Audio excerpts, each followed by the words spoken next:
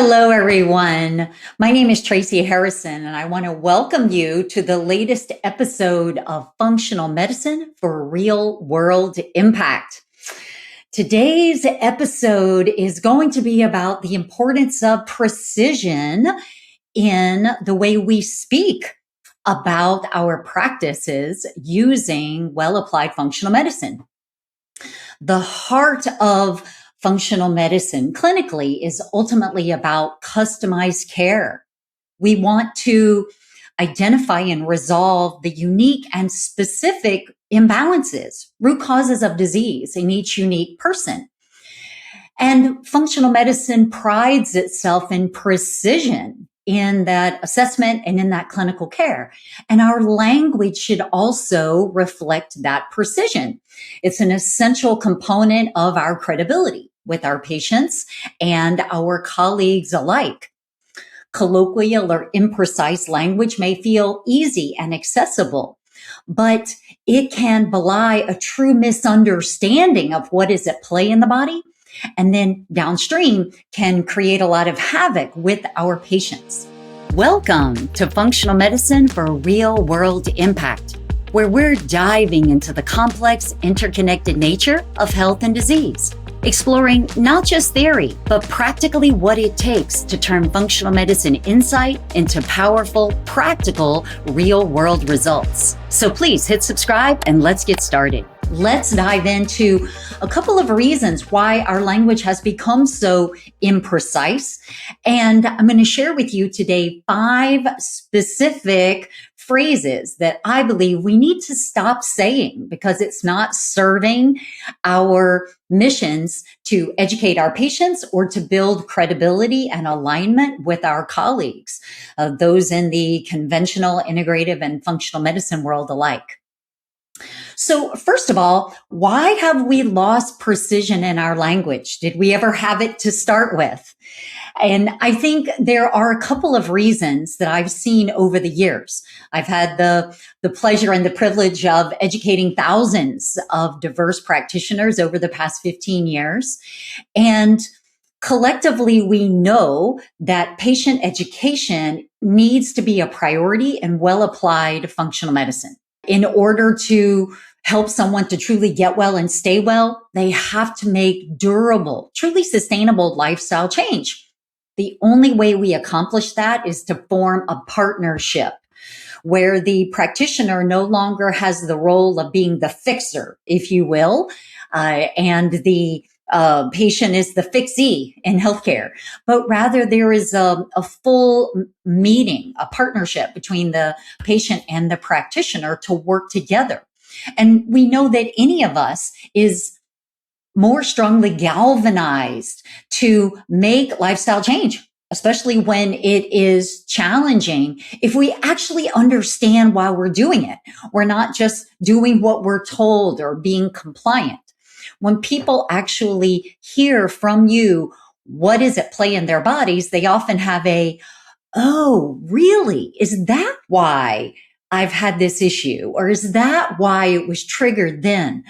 That rich understanding galvanizes their commitment. And so patient education is indeed a priority. Using simple stories and analogies in that patient education can also help us to make complex medical concepts more accessible.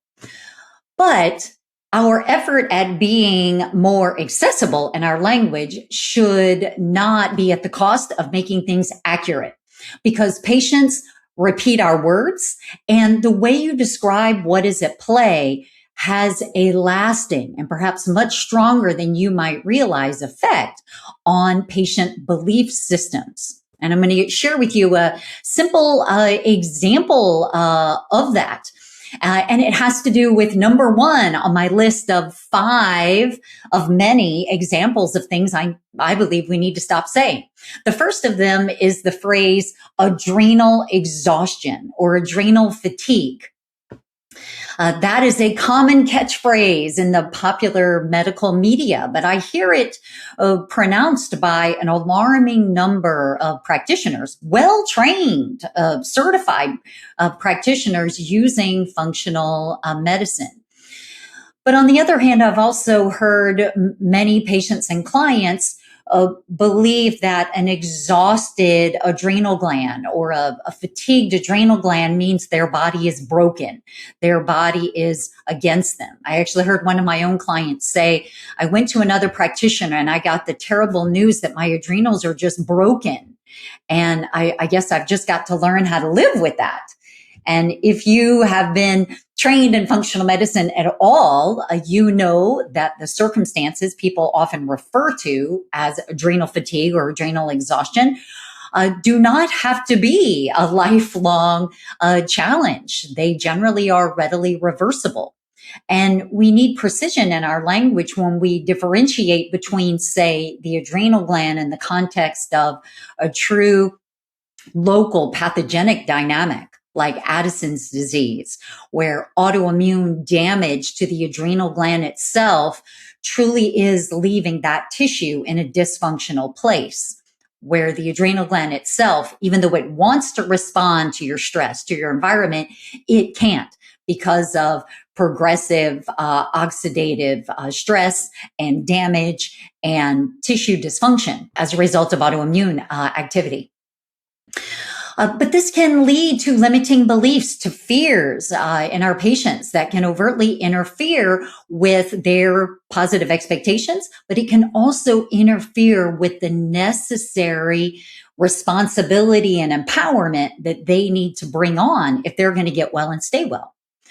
If instead of saying adrenal fatigue and exhaustion, we speak to things such as HPA axis dysregulation. And then we explain to the patient that the body is constantly trying to adapt to the circumstances in which we're living in order to help us to thrive. And when we are exposed to too many types of stress, especially over an extended period of time, we need to remember that stress hormones help to protect us from the negative impact of stress. But when we flooded our bodies with stress hormones, too much of them for too long, it can start to wreak havoc on our body and impair the signaling that is keeping our stress hormones in check. At the end of the day, this stress-mediated dysfunction in the body is not because the adrenal glands have been knocked out and they can't work. They're not broken. Instead, HPA axis dysregulation is most often happening at the receptor level, where we can end up with glucocorticoid resistance, just like we can have insulin resistance or leptin resistance.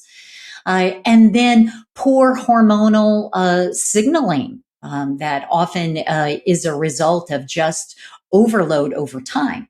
But if we support a patient, if we teach them that this is happening where the body is actually turning down the noise from these stress hormones in an effort to protect us, and if we take action to shift our stressors or shift our reaction to stress, the body will also shift and we can recover higher levels of energy and vitality.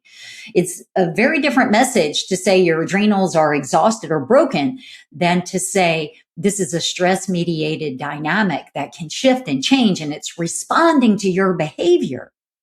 It's an extensive explanation on the first one so that you can clearly understand some of the opportunity and also some of the negative effects of our choices. So number one on my list is adrenal fatigue, adrenal exhaustion. We need to toss aside that oversimplification and speak to what's actually happening, such as HPA axis dysregulation or maybe stress hormone signaling dysregulation, and then explain it to patients so they can truly understand. The second thing I believe we need to stop saying is leaky gut.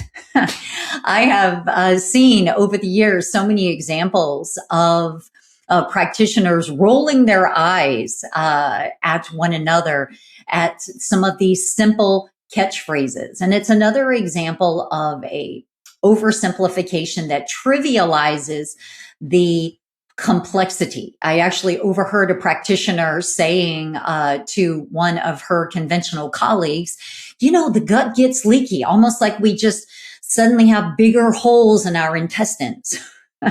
And any of us can readily understand that this type of explanation is not supporting our credibility with one another.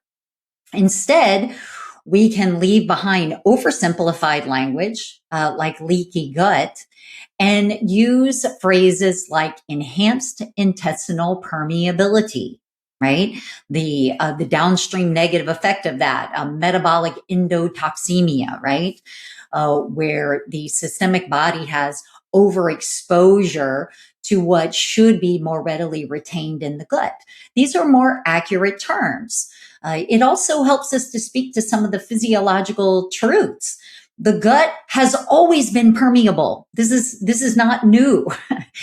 We, of course, have to have permeability in the intestines in order to allow the absorption of, say, key micronutrients to fuel our biochemistry and to allow the excretion of waste products into the gut. We naturally have permeability there. What we want to protect against is that permeability being excessive, where we have an overexposure to our immune system down in the basement membrane of our intestines to what's happening in the gut. Normally in the intestines, it's like a grade B sci-fi movie with all sorts of different microbes, and we have yeast and fungal species and hundreds of different bacterial species, and our immune system is in there surveilling everything and trying to differentiate friend from foe. That's a simple story. It's actually also accurate. And normally the barrier function in the gut and appropriate permeability, right, in between the enterocytes of the gut allows appropriate permeability. But when that becomes excessive, then that craziness that is happening in the gut can filter excessively down into our gut associated lymphatic tissue and drive stronger immune responses. We can also end up with more of what should stay in the gut, primarily leaking into or flowing into our systemic circulation and causing an increase in inflammation. What the immune system tolerates in the gut, it is less tolerant of in systemic circulation. The great example of where we can be more precise in our language to well teach our patients and also our colleagues about what is at play, but without losing the truth. Again, the concept of a leaky gut, and using that language, especially colleague to colleague, can really be a disservice to your credibility, especially where you're trying to teach, inform, provide a service to your colleagues about learning how chronic disease can span physiological systems. So number one, I think we need to stop saying adrenal exhaustion. Number two, we need to be more precise than leaky gut. Number three, cortisol steal. And oh, by the way, I should clarify, I'm not judging anyone that still uses these phrases. I myself used some of them early on in my understanding and even in our collective research understanding of functional medicine concepts. But we need to support one another in doing our very best work and leave these behind. The cortisol steal is designed to speak to how stress can promote shifts in steroid hormones and how an amplified production of stress hormones like cortisol can steal away our ability to make other steroid hormones that can support our vitality. The notion that having elevated levels of cortisol might impair our body's ability to have optimal levels of DHEA or estrogen or progesterone or testosterone. And this is a concept that is proven out certainly by research, right? There are stress-driven shifts in endocrine hormones that are common. But saying it's a cortisol steal as though the body has a very limited supply of materials to make hormones, and once they've all been gobbled up with the synthesis of cortisol, there's nothing left. So there's no solution for people who want to feel better. There's no solution for women who are struggling with menstrual symptoms and really debilitating menstrual periods. There's no solution for stress-driven infertility. Of course, nothing could be further from the truth. Just like with adrenal hormone synthesis, we absolutely can restore better endocrine balance. But calling it a cortisol steal or even a pregnenolone steal, as though somehow there's a substrate in the body that is quite limited and it can be stolen from, is once again an imprecise, inaccurate oversimplification. Pregnenolone in the body as being a raw material from which we can make stress hormones like cortisol. It's not limited in that way. In fact, the body is readily able to make pregnenolone from cholesterol and other key cofactor nutrients. And the body is always paying attention to our environment, our circumstances. The body's wisdom is asking perpetually, how can I help you to best thrive in the environment in which we are at the moment? And our synthesis of various hormones, like sex hormones, that can help us to thrive and help to bring fertility, for example, that is also responding to our environment. It's regulated in particular by the behavior of enzymes that are providing the synthesis and the intraconversion of hormones, and also by signaling. And it's happening in various tissues across the body. It's being controlled locally. It's not as though there's one little bucket of pregnenolone in the body that's either getting stolen to make more cortisol or being left alone to make sex hormones, for example. Once again, an oversimplification, right? Pregnenolone itself is rarely largely limited. Certainly that can exist in some rare cases, but the body is always adapting to our environment. Once again, the opportunity to focus on patient empowerment.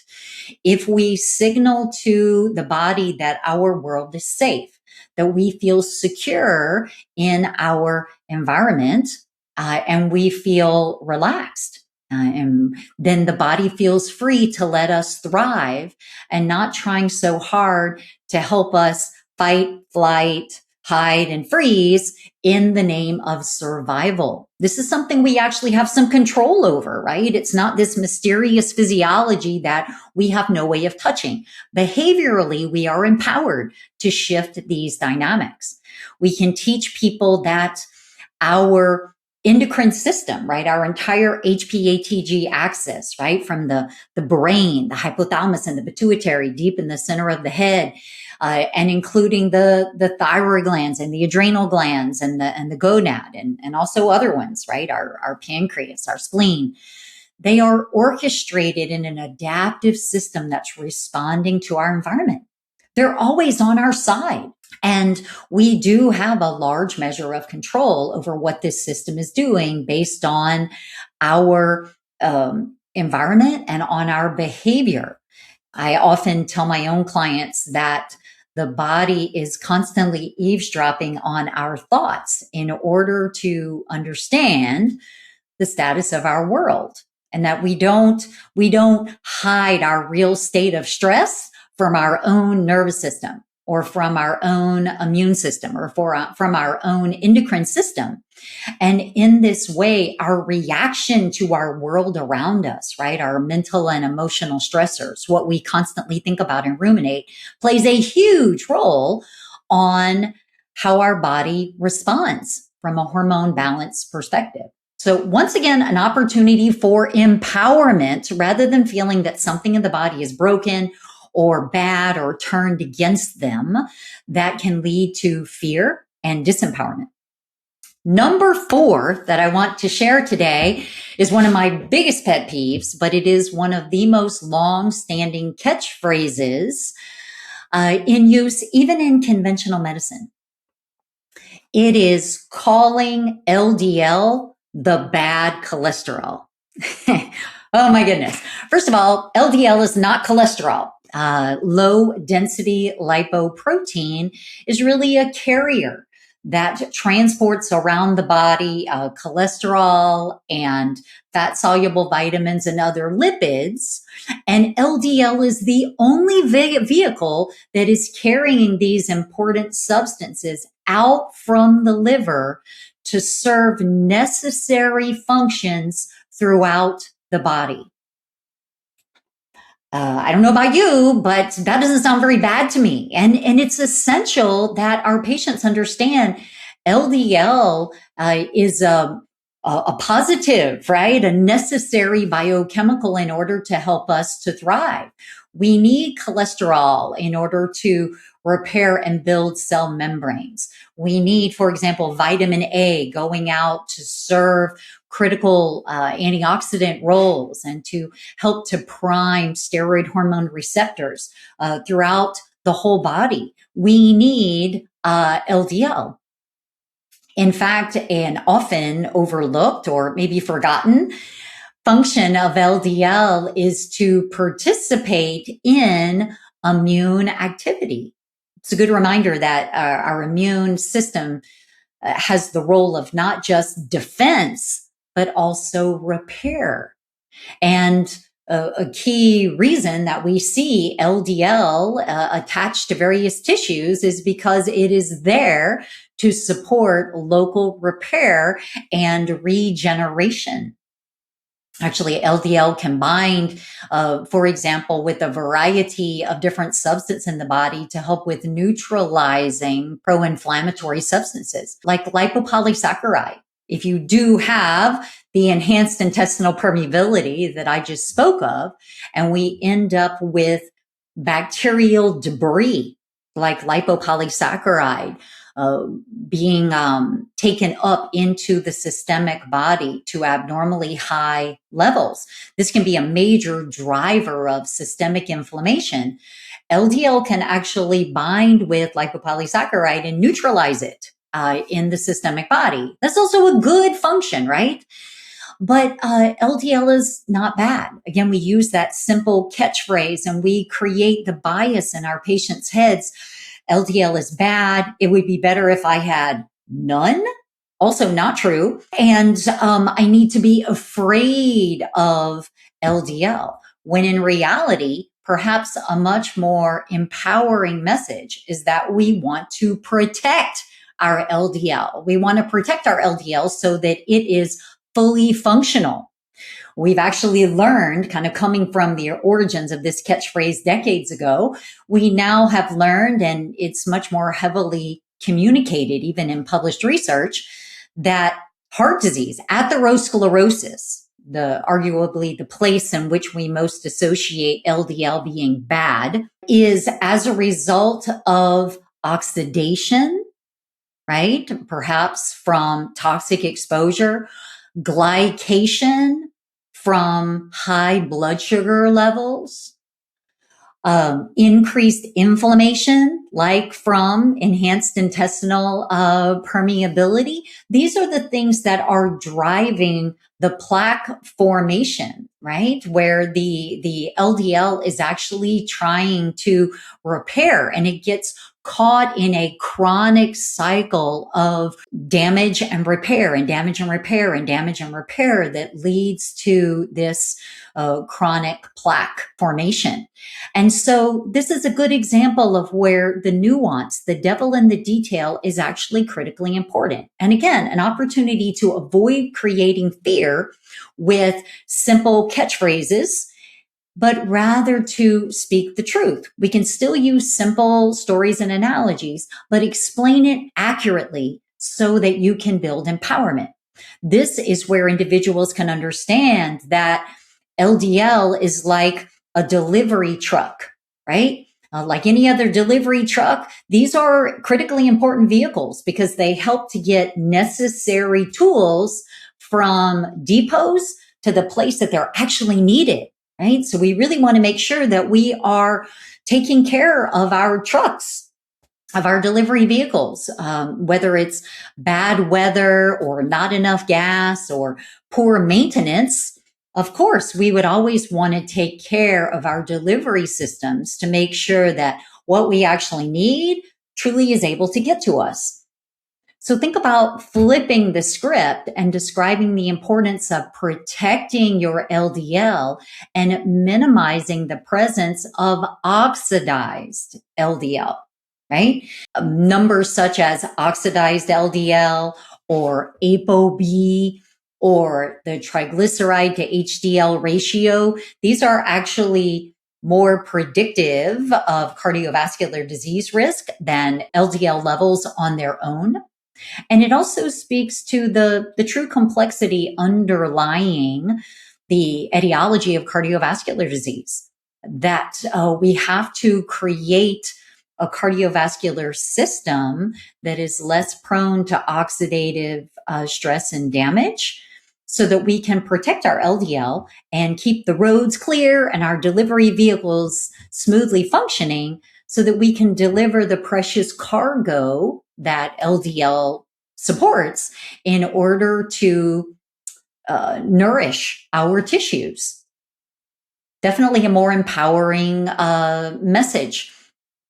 And this is a powerful opportunity, of course, when someone says, all right, well, what's going to help to make sure my delivery vehicle isn't damaged? And you can use analogies like poor maintenance or not enough gas or poor road maintenance or bad weather that we're not prepared to support. This allows us to talk about the road for LDL and whether or not we are keeping blood sugar optimal with our behavior, whether we're keeping oxygen levels optimal with our breathing and our good deep restorative sleep each night. It's a good opportunity to talk about perhaps the role of toxicity in promoting more oxidative stress, which is like pot shots. It's like road debris, right? Flying up under the tires and popping our vehicle that can ultimately over time impair our delivery. This is an opportunity to frame the protection of LDL as a goal for making other lifestyle changes. So something to consider, again, precision helps us to avoid oversimplified physiology. It helps us to avoid creating unnecessary fear and also ensures that we aren't distracting our patients from the real drivers, for example, of cardiometabolic disease. A fifth one that I want to speak to is maybe a bit less common in the larger conventional or even integrative medicine world, but I hear it spoken quite a bit in the functional medicine world. And it has to do with detox. First of all, this phrase is also something that has already lost a lot of credibility because it's tossed around with people offering quick fix detox protocols or programs, right? Just take this detox pill, just swallow this detox powder. We toss around this phrase when the multi-step metabolic transformation, right, of substances in order to enable their excretion is way more complicated than just, I'm going to take a whole bunch of herbs and vitamins and it's going to help my body to flush all the bad stuff.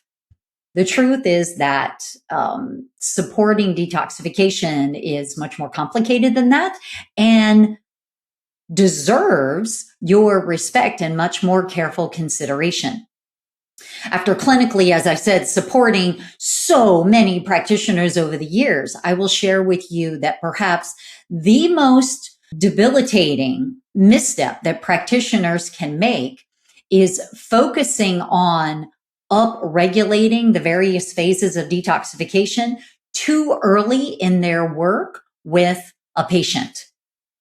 And this is because if a given patient has an overload of sequestered toxic substances in their body, which, as we know, can come from years and years of exposure. The body is quite adept at storing toxic overload in other tissues, whether it's in our bones, in the case of things like lead, or in our brain, in the case of things like mercury. And then there's all sorts of substances we're exposed to on a day in and day out basis, from contaminated air, especially during the winter where we close up our homes and we don't have good fresh air flow, or from the toxin-laden, chemical-laden foods that we consume on a regular basis in the name of efficiency and convenience. We're living in a toxic soup for sure. And a lot of people struggling with chronic disease do indeed have toxic overload in their body. Maybe that's because of lots of exposure, too much toxic demand, if you will. Maybe it's because of impaired detoxification. Perhaps that's genetic. It might be because of nutrient deficiencies. It might be because of too much stress, because elevated stress hormone levels can impair the activity of detoxification enzymes. Whether it is not enough supply of detoxification or too much demand from toxins, either way, we can end up with toxic overload.